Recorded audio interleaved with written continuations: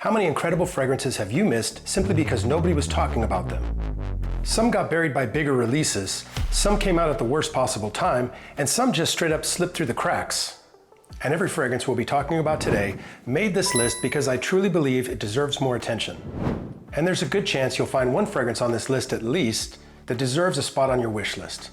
So let's get into it.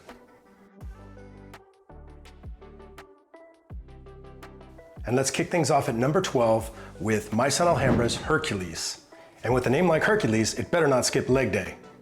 And anyways, if you look at the name and you look at the bottle, you could probably tell that it's a clone of Parfums de Marly's Herod. And there was actually a lot of discussion about this online when it first came out. But unfortunately, it wasn't about how great of a fragrance it was about how shocking it was that Maison Alhambra had so closely copied the name and bottle design of Parfums de Marly's Herod. And once that initial buzz and hype passed, people kind of moved on to the next shiny thing.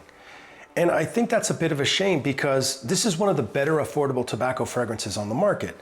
And right now this thing is sitting on Joma Shop for $23.99, which is cheap even by clone standards. And let's go ahead and put this one on a tester strip. And so with this one, the first thing you get is a little bit of spiciness from the cinnamon and black pepper, but it smooths out pretty quickly. And as this dries down, the spiciness fades and the dark tobacco and creamy vanilla take over. This is backed by a light incense and cedar wood. This smells like a slightly sweet cherry pipe tobacco. And I would say that it's probably one of the best bang for your buck fragrances you can buy.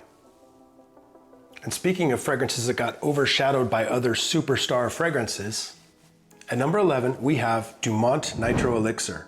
And this is a clone of the YSL Myself line of fragrances. And when anybody thinks about the Dumont Nitro line, they probably think of Dumont Nitro Red, or maybe sometimes Dumont Nitro White. And meanwhile, you have Dumont Nitro Elixir over here like, what about me? And this one got kind of lost in the shuffle as all the different clone houses were rushing out their Myself clones. And I think that's a bit of a shame because I don't really think anybody did it better than Dumont did. And with this, you're gonna get that fresh out of laundry, dryer sheet clean smell to it, but it has an added bubblegum sweetness that you've come to expect from the Nitro line of fragrances. And it just smells fantastic. Looking at the card, you can see it centers entirely around a massive orange blossom note, giving that clean, fresh fabric softener vibe. But they mix it with crisp apple, mint, and a thick praline base. So this is loud and sweet, but it's still incredibly modern and it's addictive. And also the performance is really good on this. You'll get probably 8 to 10 hours on skin easily with this one. And I think the projection-wise, it'll be projecting strong for the first 3 to 4 hours. So Nitro Red, of course, gets a lot of hype, and I think deservedly so, but Nitro Elixir is quietly becoming one of the better fragrances in their entire lineup. Next, let's move to a fragrance from a house that almost nobody talks about in the first place. In 10th place, this is Gulf Orchid's Vanilla Addiction. And this is a Kayali Vanilla 28 clone. Now, I don't think I've ever smelled the original fragrance, but I do know that it's very popular and it sells very well and people really like it. Now, reading through the comments in Fragrantica, I noticed one sentiment that I kept seeing in the comments section over and over about this one. And that is that people are saying that this smells better and performs better than the original fragrance. Now, I think Gulf Orchid is an underrated house because they've quietly been putting out a lot of really good fragrances, but they're not really getting noticed that much because they're competing against French Avenue, Lattafa, Offnon, Armaf, some of these great houses. To me, it's almost like opening a coffee house next to a Starbucks. You could make better coffee, but good luck getting people through the door. And this one's actually really grown on me since my first impression video. And the best way to describe this one, it's like a dark, boozy, brown sugar and vanilla fragrance. And whew, it is good, but also very strong. This starts with a smooth touch of lavender and coconut, then shifts into a warm heart of tonka bean. The magic happens in the base where amber and vanilla give it boozy depth. So if you like something like a liquid brune or maybe a Mercedes-Benz Club Black, this is going to be in that same sort of like premium vanilla gourmand space, but this one has the added booziness underneath. And this one sells in the low $20 range. I think that's an absolute value and definitely worth checking out. And speaking about fragrances that are getting buried, let's talk about one that got buried within its own brand. At number 9, this is Armaf Odyssey Revolution. And this is the part where I'd probably play the Beatles song if I wanted a copyright strike. But you're just gonna have to hum it to yourself because I can't afford it. And for under $30, this one's probably a no-brainer.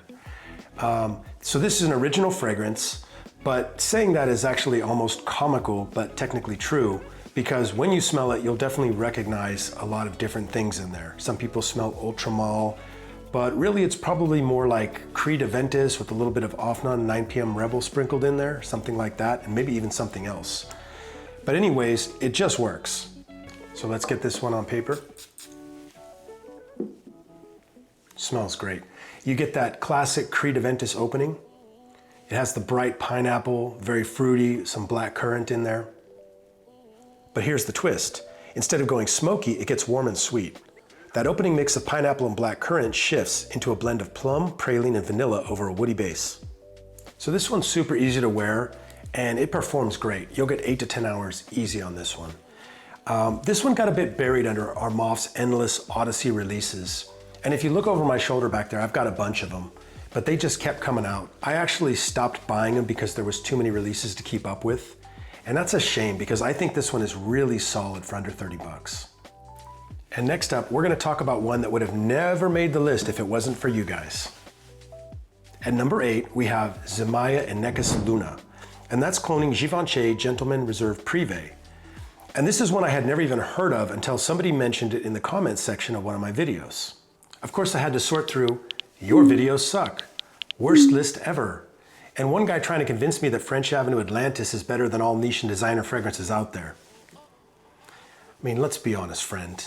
It's good, but let's not get carried away. And buried underneath all that noise, we got the recommendation for this.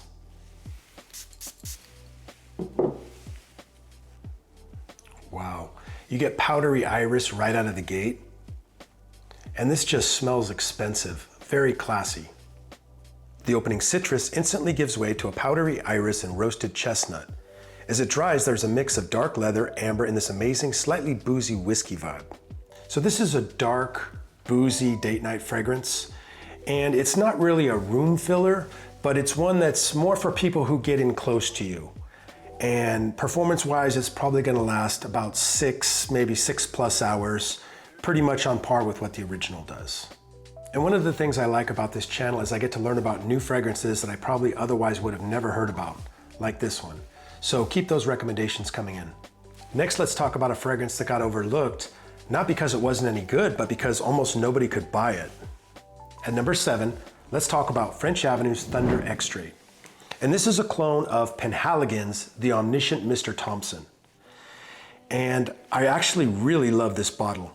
And I know that some people are gonna say that this is like super tacky or whatever, but like I said, I love it. And I'm buying clone fragrances, so subtlety left the chat a long time ago. And for me, this one was all about timing.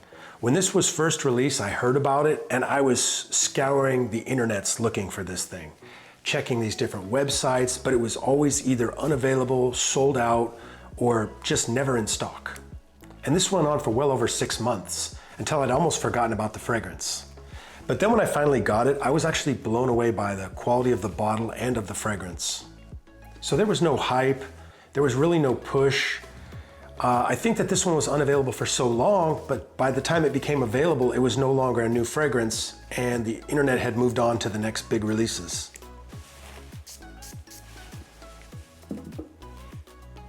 And man, this one is so good.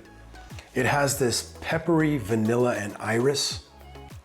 It actually reminds me a little bit of Lattafa Sherif Zanzibar, the blue bottle, but actually done right because a lot of people hate that one.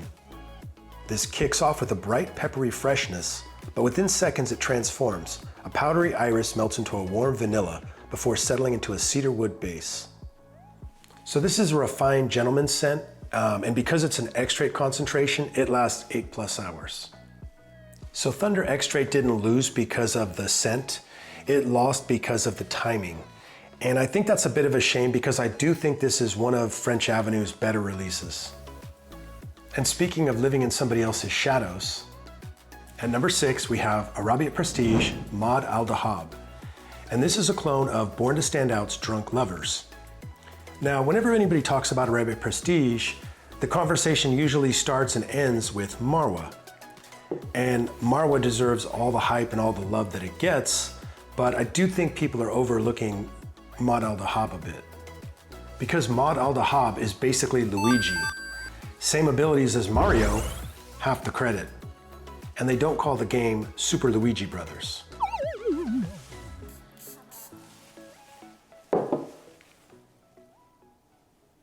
So this opens with sort of a bright, boozy citrus.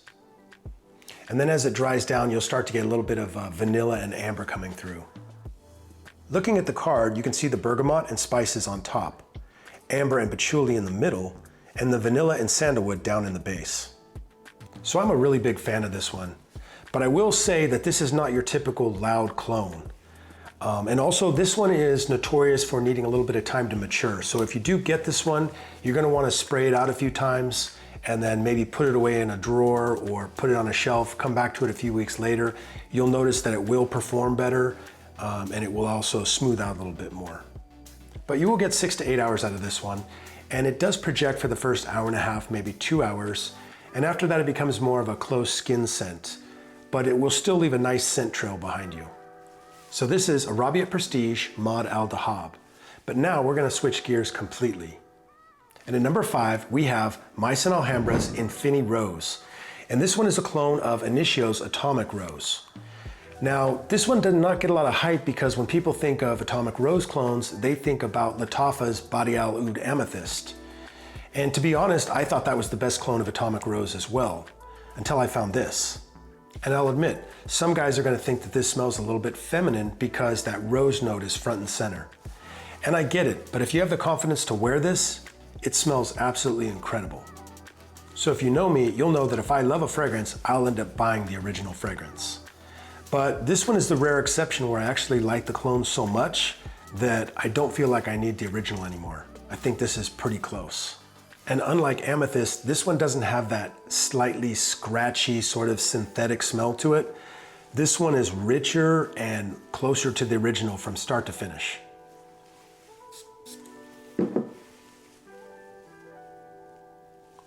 So with this one, you get a smooth, jammy rose with a creamy vanilla underneath it. Just beautiful. The 2 rose notes are the stars here, but it's really the amber and Madagascar vanilla that keep it from smelling too floral. And if you're a guy who's worried about smelling like a flower shop, don't worry, nobody's gonna walk up to you and say, wow, you smell like roses. They're just gonna walk up to you and say, wow, you smell amazing. And the performance here is really good. I get 8 to 10 hours with good projection for the first couple hours. Now let's talk about another super underrated fragrance from a really big clone house. At number 4, we have French Avenue's Vulcan Sable. And this is a clone of Stefan Humbert Lucas's Sandance. And the reason this is under the radar is because when it came out, people were all talking about Vulcan Pho. Meanwhile, this gem was just sitting on the shelf. Another reason I think this flew under the radar is because not a lot of people were talking about the original fragrance Sandance. And it's really hard for people to get excited about a clone when most people have never smelled the original fragrance. Every time I hear the name Sandance, I picture Burning Man. Just a sea of dusty people dancing to techno music in the middle of the desert. Fortunately, this smells a lot better than that. And what I like about this fragrance is it doesn't smell like anything else in my collection. This is warm, boozy, slightly spicy, and yet it has this warm, creamy vanilla dry down to it. Just super addictive. And the whiskey in the opening is prominent, but not so much that your coworkers are gonna start questioning whether you started drinking at lunch. Or did you?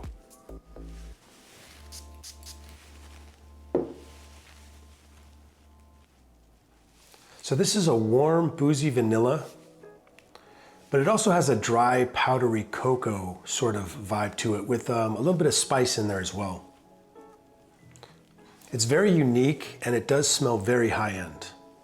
The whiskey grabs your attention, but it's the tonka, benzoin, and vanilla that make this so smooth. The cashmere gives it a soft, woody texture that keeps it from becoming too sweet. So this is one of those fragrances where people will ask you what you're wearing because they can't quite place it. But I get a full day's wear out of this, and it's especially great in colder weather. All right, now we're into the final 3. At number 3, we have Lattafa Sherif. And this is a clone of Parfums de Marly's Greenly. Now, whenever anybody asks for a Greenly clone, the conversation usually starts and ends with French Avenue's Aether. This needs to be in the conversation.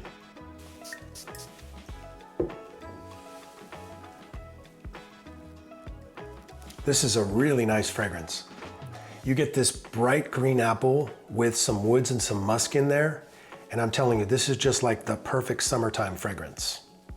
The green apple is definitely the star here, while the cedarwood, cashmere, and musk keep it fresh and clean instead of overly sweet. And Sherif captures that fresh, green, and clean aspect of Greenly just beautifully. And I'm not saying that it's better than Aether, but I will say that some people are going to prefer Sherif over Aether. So Aether is going to be a more direct clone of Greenly. It's closer. However, people complain about the performance on Aether, as well as the cedar note can sometimes come off a little bit cheap or synthetic. Now, with Sherif, they've dialed back the woods and the musk on it, and they've taken it in more of a clean shower gel type of vibe. And some people are going to prefer that. Now, some people immediately dismissed Sherif because we already had Aether, and it is very close to Greenly. But let me ask you this. Do you think Lattafa forgot how to make clone fragrances? With this, you'll get 6+ hours with good projection for the first couple hours. And next, let's talk about a fragrance I've been recommending for a long time, and I can't believe that still more people haven't caught on to this one yet. And number 2 is Riiffs Prive Platinum. And this is a clone of Creed's Silver Mountain Water. And most times if you ask somebody what's the best clone of Silver Mountain Water, they're gonna tell you Armaf's Club de Nuit Sillage. And there's nothing wrong with that. This is actually a good clone. I just prefer Riiffs Prive Platinum. And the reason for that is because the green tea note is closer to the Creed fragrance. This is also fresher and more citrus forward. So I love the Creed Silver Mountain Water DNA, and Riiffs Prive Platinum is one of my favorite clone fragrances. Now keep in mind that this goes for right around $20 and is one of the more affordable clone fragrances you can buy.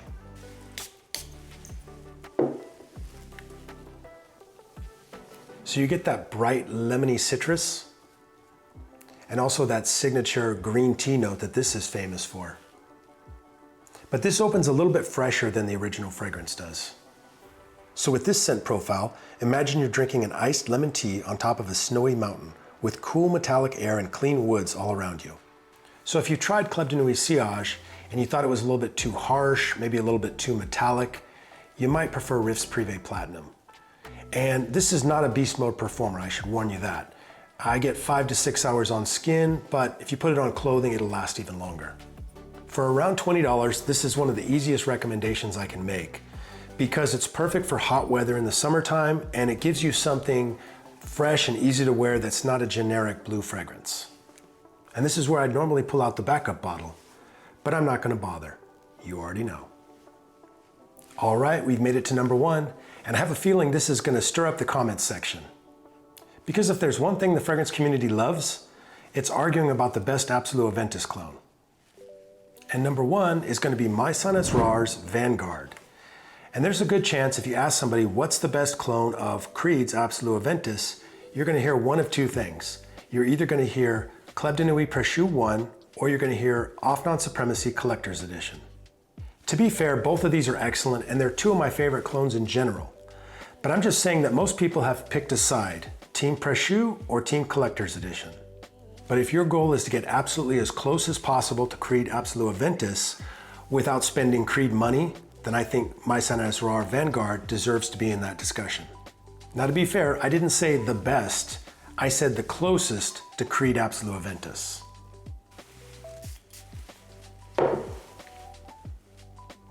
Wow, juicy pineapple, bright citrus, and smoky woods. If you've smelled Absolute Aventus, this is gonna smell very familiar to you. The pineapple is the star here, while the ginger, woods, and pink pepper keep it bright, fresh, and just a little smoky. So if you want something that's louder, fruitier, and with better performance, go with Afnan Supremacy Collector's Edition. If you want something sweeter with a stronger pineapple note, go with Armaf's Club de Nuit Précieux 1. Fragrance is subjective, but if you want to get as close to the original without paying Creed prices, this is the fragrance I'd recommend. And here's the crazy part, hardly anybody talks about it. That's why it earned the first spot on this list. So that's my list. Now I want to hear from you. What's one cologne fragrance that you own that hardly anybody recommends, but that deserves more attention? Let me know down in the comments. Otherwise, we'll see you next time.